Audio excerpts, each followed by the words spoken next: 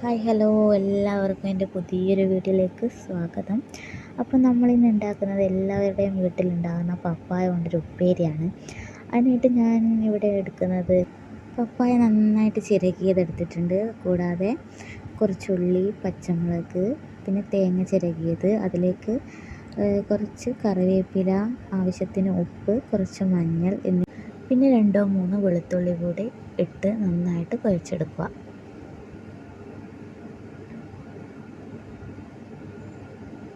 എല്ലാം മിക്സ് ആകുന്നത് വരെ നന്നായിട്ട് കുഴച്ചെടുക്കുക.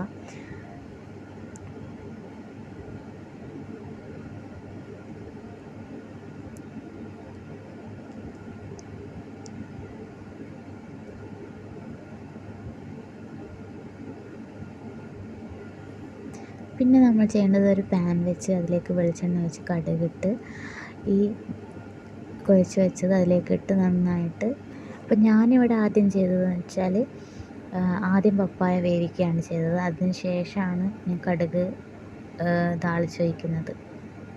അപ്പോൾ നമ്മൾ വേവിക്കുന്ന സമയത്ത് ഇടയ്ക്കിടയ്ക്ക് ഇളക്കി കൊടുക്കാൻ ശ്രദ്ധിക്കണം. കാരണം വെള്ളമൊന്നും നമ്മളിത് ചേർക്കുന്നില്ല. വേവുന്നത് കൊണ്ട് തന്നെ നമ്മൾ ഇടയ്ക്കിടയ്ക്കൊന്ന് ഇളക്കി കൊടുക്കണം. ചെറിയ സിമ്മിലിട്ട് നന്നായിട്ടൊരു 5-10 മിനിറ്റ് നന്നായിട്ട് വേവിച്ചെടുക്കുക.